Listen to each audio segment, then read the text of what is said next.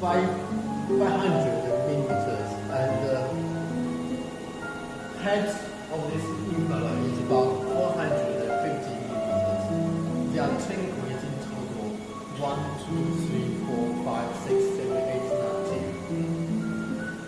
These impellers must be run stably at a smart speed, which is about 50,000 RPM.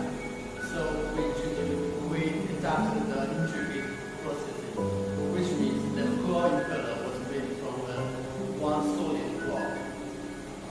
The whole machining process was done our sweet data actually 700 mil machine. The 5 axis machining center. Well, this impeller is very efficient and is automatically measured by our light diagram.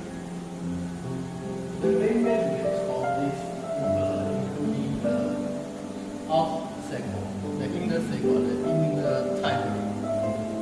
The blade is also very important.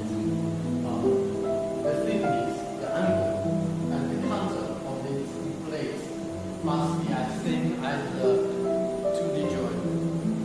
All the time, our Kesu group is keep improving our technologies and capabilities so as to overcome different challenges from different countries.